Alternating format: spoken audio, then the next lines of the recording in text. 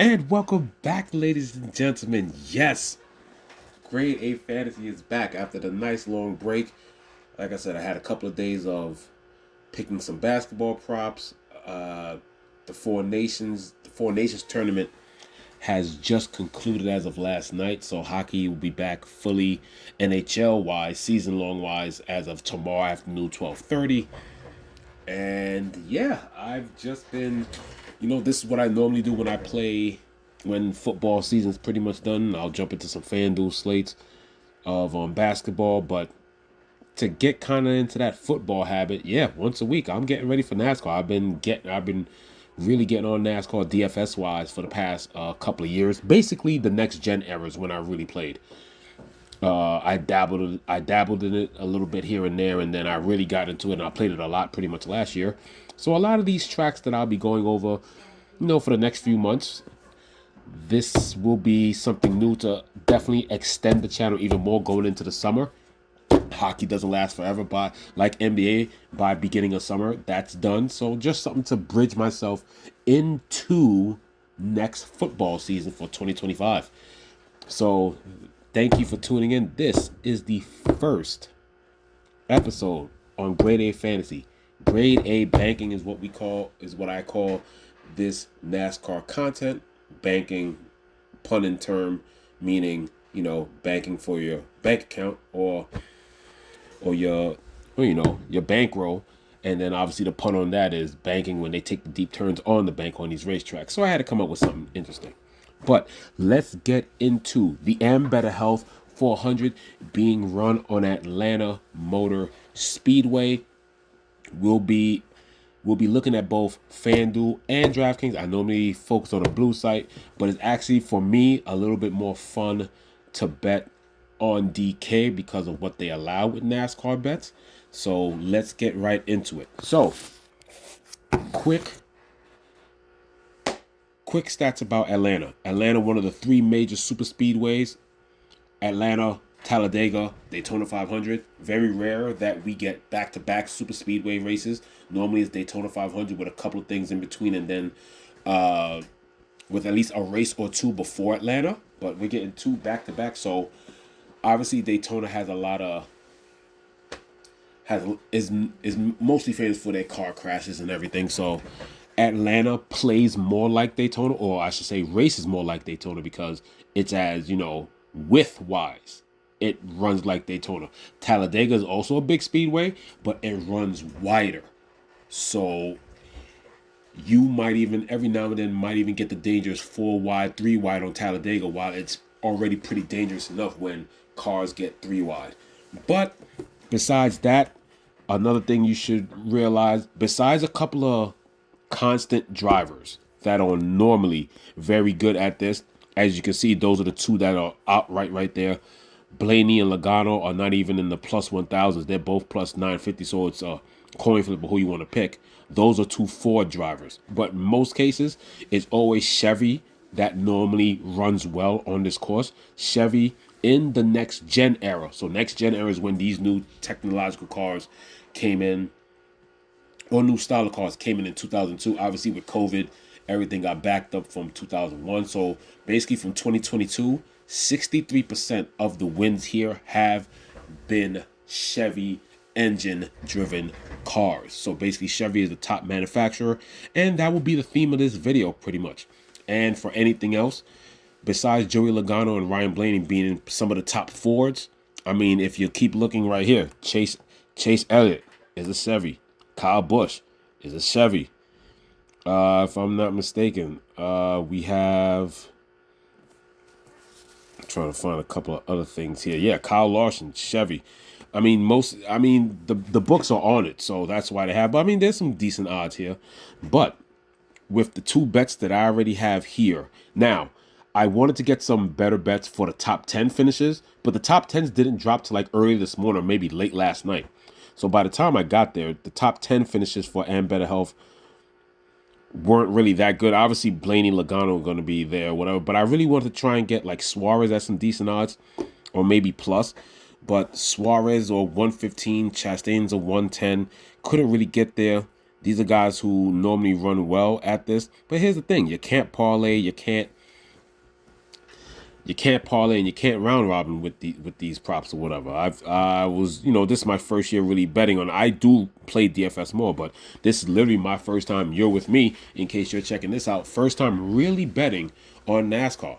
So the reason why I say we're going to be going on FanDuel and DraftKings, yeah, there are some single bets that I do like, but on DraftKings you're allowed to parlay and even round robin. And round robining top 5, top 10s can be a bit fun and a bit profitable, especially top 10s because you have a little bit more room for error. But let's just get right into it. So, my picks here. I already placed them on FanDuel. I haven't played DraftKings in a while, but with on FanDuel, I have Ricky Stenhouse at plus 113 to finish in the top 10. Ricky Stenhouse, yes, he's a Chevy since 2021. So 1 year before next gen, and then everything including next gen.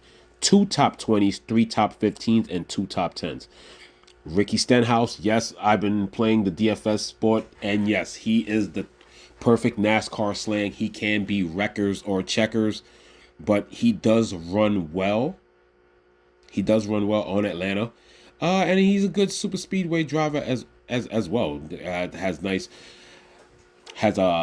showings at Daytona and Talladega, but in recent races he has ran pretty well, but has the top 10 upside as long as he doesn't crash out.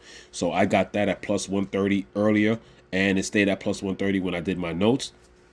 And as you see right there, Daniel Suarez plus 215. Now, yes, I have the plus 2 because, I mean, like I said, it was already in the case of,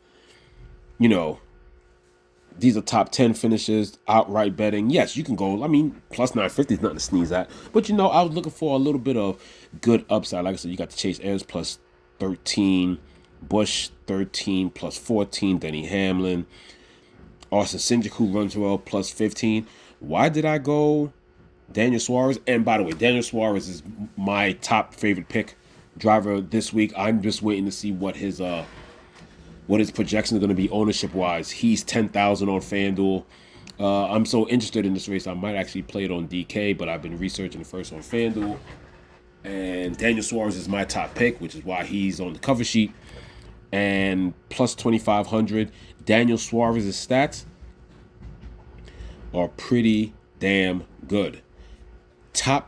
He's top 10 since 2021, pretty much. So 1 year before next gen, before the old cars, and he's still racing well on the track in the new cars, and finished first and second last year. He finished first and second last year. So he has a win, has a second, and multiple top 10s. Suarez he's just good on Atlanta. And once again, like I said, it's another Chevy driver. So definitely with a ton of success on this track, Daniel Suarez top 10 on FanDuel is minus 115. But I was able to. I'm picking him. I think it should be a fun race to pick for him to win it outright. Plus 2,500. He's won this race before. Plenty of top 10 since 2021. Plus 2,500 is what I'm going with Daniel Suarez. So those are my picks on FanDuel. Now we will transition and go right into DraftKings. And now we are back on DraftKings. Thank you for sticking with me here. We're almost done. Let's get right into it. So, what's the thing about DraftKings that I love so much? Yes, you can still pick, your race winners, your top 5, top 3s. Obviously, the presentation and the UI is a little different. And, sometimes you're going to get the same odds. Suarez is still 2,500 just like on FanDuel. But their top 10 odds can be parlayed and round robin. So, let's go over each one here. As you can see, those are all the odds. Once again, the Blaney's and the Logano's are sniffing minus 300. I think Blaney, if we just saw, was minus 330 to be in the top 10. So we're sticking there right in the middle. And some nice odds that can get parlayed together and or round robin. I'll be doing both. My biggest odds here are minus 140 for Ross Chastain. I'll get into him in a minute, even though I didn't talk about him on the FanDuel side. And there goes Ricky Stenhouse, plus 110 for a top 10 finish. He was plus 130 on FanDuel. So one of the rare cases. Sometimes I'd be seeing better hockey odds on DraftKings than FanDuel. So I'm so used to saying, yeah, sometimes the odds are better on DK than on FD. But this is one of those cases where you're getting a few units up on the Stenhouse top 10 pick. So why am I interested in round robining these picks and also parlaying? Once again, I already went over Daniel Suarez, his great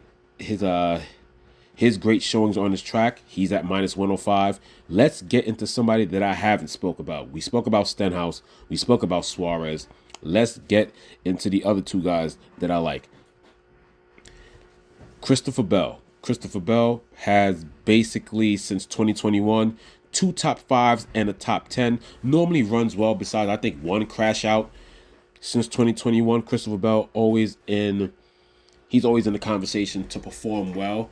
Obviously he's probably big odds to go for the outright win. But on super speedways, Christopher Bell, control driver, normally stays out of harm's way as long as he runs well. And there's slightly more laps on Atlanta than there is Daytona. Christopher Bell does run well in these super speedways, so I think Christopher Bell has a solid chance he could get into the top 10. We'll go into William Byron, minus 125. Two top 10s and 2 wins since 2021. So William Byron kind of has a Suarez-esque feel at minus 125. I actually like that parlay. Actually, what might be nice is a Daniel Suarez, maybe William Byron kind of parlay. As you can see, Ricky Stenhouse plus the 110. We already over him. And then we get Ross Chastain. Now, originally, I actually liked the first 4 I had. And then I looked at it and I was like, hey, Ross Chastain runs pretty well on this too. And when I look at his history, when I look at Ross Chastain's history, Ross Chastain at minus 140 has, if I'm not mistaken, 1 top 10, 2 top 15s, and 2 top 3s. So he's another one that, without being records or checkers, and he's definitely one of the more controlled drivers, he's definitely a good choice for a top 10. And once again, let's go back. The only person who's on this that is not a Chevy is Christopher Bell. He's a Toyota. And like I said, I gave you that stat. Toyota hasn't won since 2013. But guess what? We don't need Christopher Bell to win.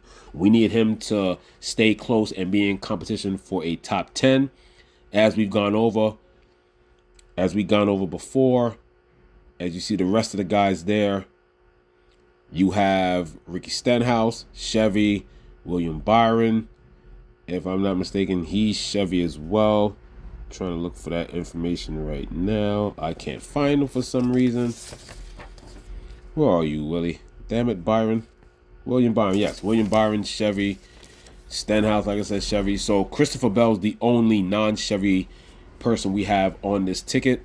So before I put Chastain on this ticket, my odds were plus 1228. I added Chastain, it jumped all the way up to 2177. I actually like this. So if you want to parlay it, I have to add funds on this, but trust me, I will be going back on this. I will be putting a deposit later on this as I'm getting ready for my FanDuel roster matchups. I suggest you try to get these bets in, or maybe even if I was to parlay anything, it will be probably Suarez and Byron. That's going to get you plus money for those two if you wanted to parlay like 2 out of the 3 or whatever. But I definitely like this to hit on a 4 out of 5 or at least 3 out of 5 with the races and all these guys' history on the recent track. With Chastain, it's still 2177.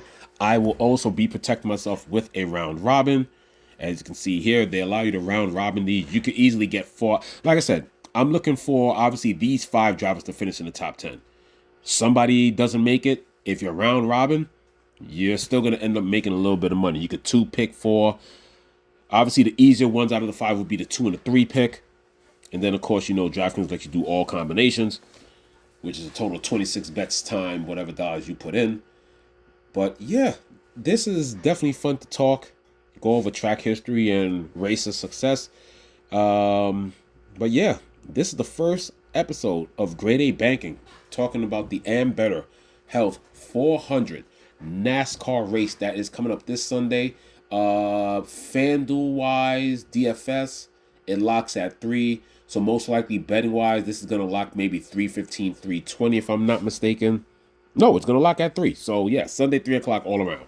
Because I know sometimes when it comes to hockey, I play DFS, it locks right at 7, but betting wise, you can still get bets in up to like 710, 707, 708, and so on and so forth. But this was definitely a fun episode. I definitely will be doing this. It's gonna help extend and keep the channel around over the spring and the summer. And yes, hockey content will be coming in.